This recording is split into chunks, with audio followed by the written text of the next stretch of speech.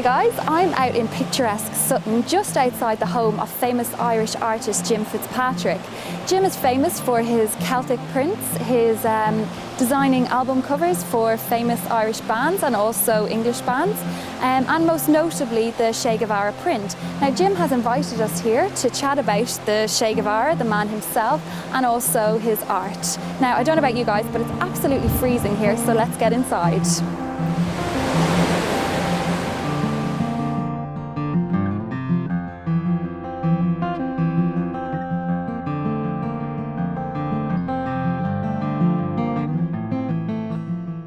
Your iconic Che Guevara print is one of the most reproduced images of the 20th century. Now, you actually met the man, and very few people have the opportunity of meeting such a legendary historical figure. What was he like as a man? The story has grown in the telling, I hate to tell you.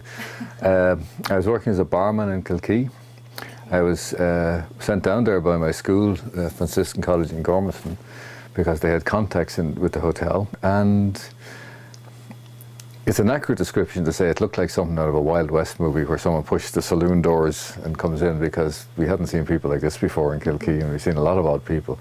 But Che came in, and they were swing doors, glass swing doors in the Marine Hotel, and just looked like an alien. He had a long sort of green kind of London fog trench coat with epaulets on it, and the boots and the olive green, I presume, uniform, because I didn't see what he was wearing. And just a big quiff. It wasn't the long hair that's in the photograph. It was shorter than that, but he was very Colin Farrell looking. That's the best description. And the same, the same height. He wasn't a tall man, So was the print a tribute to him and his politics? The print came later. That was in 1961, 62. And at that point, he was still Minister of Finance in Cuba. And he had been, for various reasons, he was forced to leave Cuba after he denounced Soviet imperialism. Everybody thinks it's American imperialism Che was denouncing. He denounced both. He missed out on British imperialism. Yeah. The definitive version you're talking about is the red and black one. And I did that for an exhibition in London called Viva Che, funnily enough. I made it free for anybody to use it. At that time, it's very difficult when you're your age to look back and imagine most of Europe as a dictatorship. You had, Harold was collaborating with Lyndon Johnson in the Vietnam War. You had the Greek colonels in charge in Greece who were torturing and murdering people. You had Salazar in Portugal, Franco in Spain, de Gaulle, in France, who had suppressed the 1968 riots with great brutality and force. Germany was probably the only proper democracy, and I was very opposed to any of these dictatorships, which I still am. Whether it's the dictatorship of the bankers and builders, the dictatorship of a Greek colonel makes no difference to me. And I decided that it should proliferate, and that was my decision. And I've been criticised for it many times, but that was my decision. I'm very proud of it.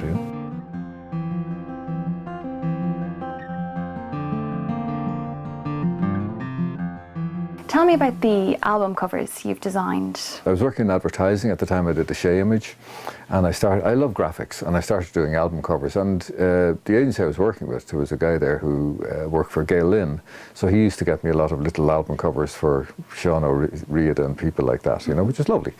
And then I started working for all kinds of odd people, like Emmett Spiceland, which was Donal Lunny's group, the first Irish psychedelic band called The Movement, right? I did the most psychedelic poster in history for them. It was brilliant. They had one great record.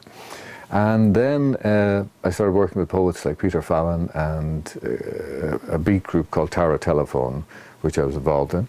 And through that, I came to the attention of Philip. We were both the same height. I had hair down to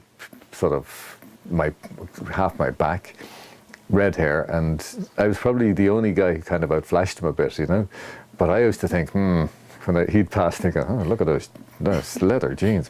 Checking each other. Yeah, you know what I mean? It was like girly fashion show stuff, you know what I mean? But we got to know each other. We hit it off immediately. We were introduced by Peter Fallon, and myself, Peter, Philip, and Tom Collins, the photographer, all sat down in the Bailey and had a couple of pints, and we decided we were going to work together. And Phil thought I was the man to create a new image for him. At that very time, I was doing work for Led Zeppelin. I did a logo and letterheads for them, and they sort of they were going somewhere else anyway. They loved my work, but they decided they wanted to do something, you know, more photographic. So I showed some of the roughs to Philip, and he loved them. And I adapted the rough I did for Led Zeppelin into the rough for Vagabonds of the Western World. I actually don't think I mentioned that to anybody before, but that's how it worked. Wow. And I have all these images anyway. They're all on my website. If you go onto Flickr, you'll see them. And every time I find something in the attic, I load it up. So you'll see the transition from the Led Zepp to the Lizzie sort of imagery. And Philip loved that stuff. And I got an awful lot of attention in the papers in England. And I was doing all these interviews, and they were calling it sort of, you know, the imagery was cosmic cowboys, you know. I was a huge Marvel comic collector. And I was coming under the influence of all that sort of work. I'd done all the murals in Captain America's, and Philip loved them. He said he'd love something like that on an album cover. So we started doing Jailbreak, that kind of very graphic, I call it Marvel comic style almost, because I was a huge fan of Jack Kirby, who I got to know later in life. And he was a huge influence on my work, very kind of brutalist comics, you know. Do you find people or places more inspirational? This is the most inspirational place I've ever been. I'm living on the beach in Sutton, in Howth, and I'm painting non-stop. I paint oil and canvases all the time. You describe art as a series of images telling a story, passing stories on from generation to generation. What do you feel is the artist's role in society? I don't think the artist has a role in society. The artist's role is to produce work. Brendan Behan used to say, if you want a message, when asked about his work, if you want a message, call Western Union. Artists aren't there to give messages. They're there to reflect society, perhaps, but they're also there to add imagination and colour to our lives, you know? And I hope, for instance, by all the Celtic work I do, that I've done something to revive an interest in our own history and mythology, or mythical history, I should say, because these myths and legends are very unique to Ireland and the Celtic world. And we are kind of at the centre of that. And there's so many spin-offs from that in terms of tourism to Newgrange. Irish art at the moment, one of the problems I have with it, and I'm not condemning anybody because there's some superb Irish artists out there, but I would like to see them deal more with Ireland and with the Irish experience, the way Irish writers do. Irish artists don't really engage with what happens in this country. I mean, I've just finished a piece with a very fine young artist, a conceptual artist called Seamus Nolan. We did a piece together for the RHA, the first time I've ever been in the RHA, and the last, I bet you. But he came up with this idea. He's a pacifist like myself, and he's, you know, involved with anyway, I won't say I was involved with, but anyway, the people who used the hammers to dismember the American aircraft at Shannon, obviously deserved to be commemorated, so he decided he was going to do something with that, and he asked me to collaborate. When I saw the hammers, I thought they looked immediately like mythological objects, because they had all these carvings scraped into them like piece of, you know, Pax Christi and all that sort of stuff.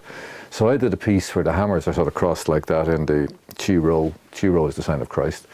And I turned them into a sort of a Celtic mythological piece. So it looks as though they could have been dug up from a bog somewhere in Tullamore and lain there for thousands of years. But they're modern objects. But the title of the piece, I called it anyway, was Pax Christi. And I felt that attack on the plane didn't hurt anybody, but it certainly was a statement against the Iraq War, and a very important one, you know, and I was very proud to be associated with that. But that's what I'm saying. There are modern artists like Seamus who think in an Irish context and do something that reflects what we're going through. I'd love to see what Irish artists would do with the current scandals. So what are you working on at the minute? At the moment, and it'll make you laugh, I'm working with a developer on an application for the iPad. So that's quite exciting. So I do all kinds of odd things. I have a couple of other things going on. I'm writing a film script with Stuart Townsend that we're hoping, well, we're not just hoping, we're going to turn into a film eventually of my work, you know. Not of my work, of the mythological work, you know, of the mythological cycle. Because Stuart is heavily into that and loves all that period, and he loves the work I do in it anyway. He's read the books. But I can never say what I'm going to do. I paint and draw all the time, irrespective of anybody looking for me. I mean, there's not exactly a queue outside my door looking for commissions. I just work anyway, paint anyway, and I love painting and drawing. And what I'd really like to do before I pop my clogs would be to publish a book of mostly women, which, you know, would be a much more personal book than anything I've ever done before. But I would love to see that in print and just see what the reaction to it is, because that came out of something very strange. I remember working on a painting called Bowen, which is one of my most popular Celtic works, beautiful girl in a red dress, who was a friend of mine. And I was kind of, you know, it was summer and I was in Grafton Street, and you know what it's like, there's some beautiful girls walking around. I remember thinking, I wouldn't mind spending a lot of my time just drawing and painting them. It's like a period in time that it'll just pass and nobody will notice. I can't look back at Joyce's Dublin and imagine what the women looked like. There's no record of them. There's a record of Nora Barnacle. There's great mentions of different people in the way they dress, but it's primarily about men. I would love somebody, you know, to almost sort of look at this book in 100 years' time and think, there were goddesses like that walking the streets of Dublin? Dublin, Ireland? And that's how I feel, you know. I know it's crazy, but that's how my mind works. You know?